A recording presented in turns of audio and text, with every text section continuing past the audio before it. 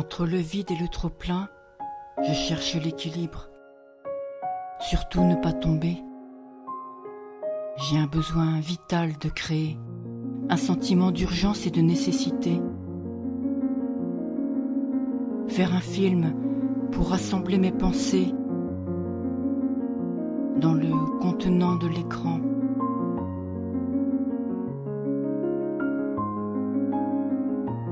Je filme à travers les voilages de ma chambre. Quel intérêt, à part celui de faire. Faire, avec pour seul projet celui de ne pas se défaire.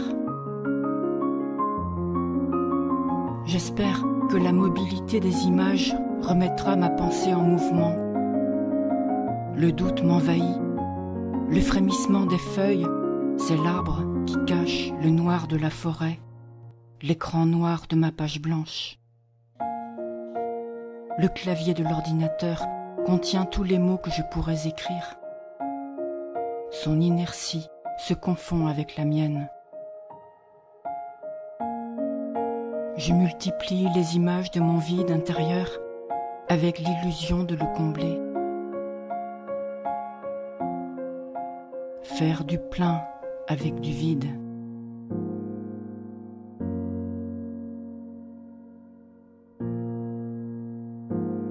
Le clavier me montre des signes et il reste lettre morte.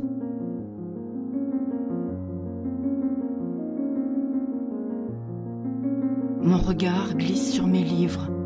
Un visage serein ferme les yeux sur mon vide.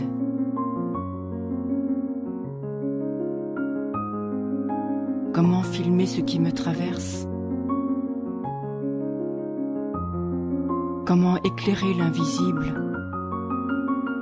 Je trouve la lumière d'un mot dans l'interstice des pages. Le mot désir. Désir de mouvement, tel le frémissement des arbres. Sur l'écran noir de ma page blanche, j'ai traversé mon vide sur le fil du fer. Ce fil qui me rassemble et sur lequel, équilibriste, je me projette.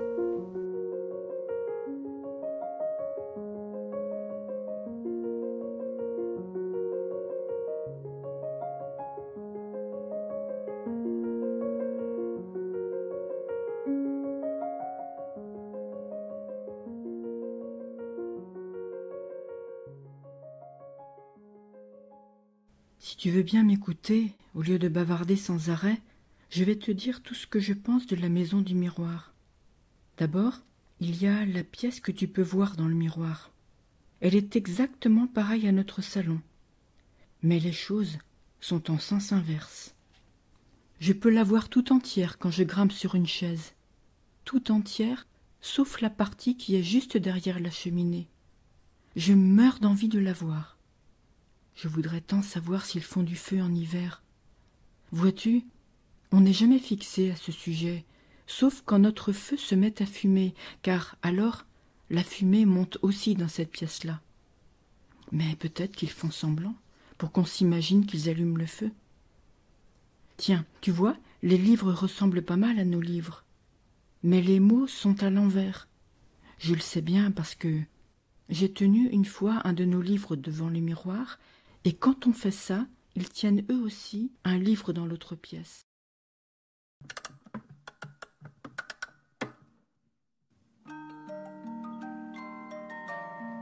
Chère petite sœur, je t'écris de la pièce qui est de l'autre côté du miroir.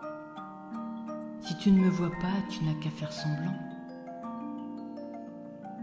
Dans la maison du miroir où je me trouve, il y a une grande forêt. Chaque arbre correspond à un mot. Il y a tous ceux qui existent dans les livres et il y a tous ceux que j'invente. Cette forêt est infinie. À chaque fois que je crois en atteindre la lisière, un seul pas de plus me ramène aussitôt au cœur de la forêt. « J'ai remporté une glorieuse victoire, n'est-ce pas ?» déclara le cavalier blanc, tout haletant, en s'approchant d'Alice. « Je ne sais pas, répondit-elle. En tout cas, je ne veux être la prisonnière de personne, je veux être la reine. tu le seras quand tu auras franchi le ruisseau suivant, promit le cavalier blanc. Petite sœur, je sais que tu as traversé une forêt à damiers au fil des diagonales. À présent, pour que nos chemins se croisent, je n'ai qu'un ruisseau à enjamber. Mais ce n'est pas à toi d'enjamber le ruisseau, c'est moi, Isabelle, qui dois le franchir.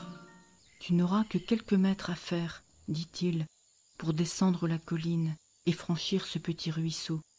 Ensuite, tu seras reine. Mais tout d'abord, tu vas assister à mon départ, n'est-ce pas ? Ajouta-t-il en voyant qu'Alice détournait les yeux de lui d'un air impatient. Isabelle, ce ruisseau, c'est celui de ton rêve. Quand tu l'auras franchi, tu deviendras Alice. Ce ruisseau, c'est celui de ton rêve.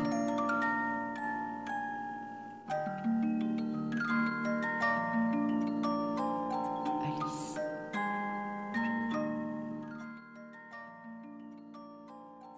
Alice.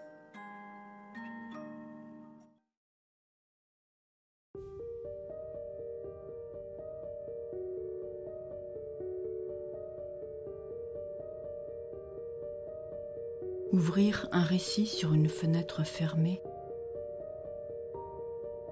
Fenêtre fermée sur l'extérieur pour mieux parler de l'intérieur.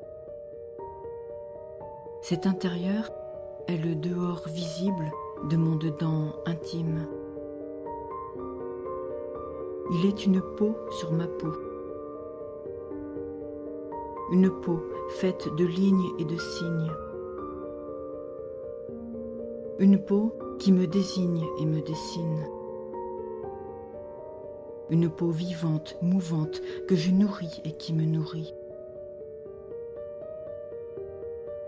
Une peau qui raconte où je suis et surtout qui je suis, qui je deviens.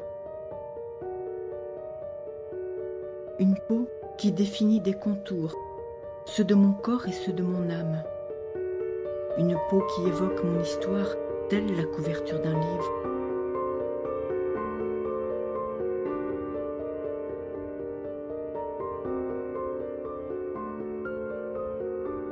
Il aura fallu des décennies pour qu'elle m'enveloppe et me rassure.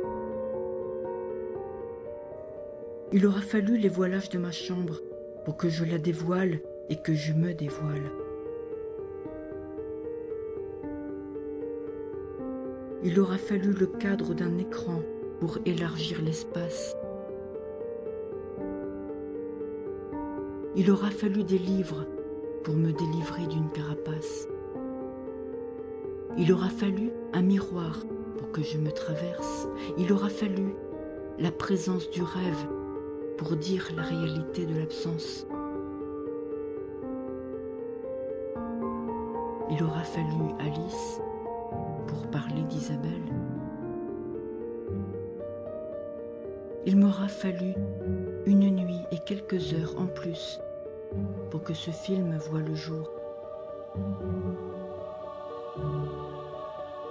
Il m'aura fallu 3 films en intérieur pour faire un pas de plus à l'extérieur.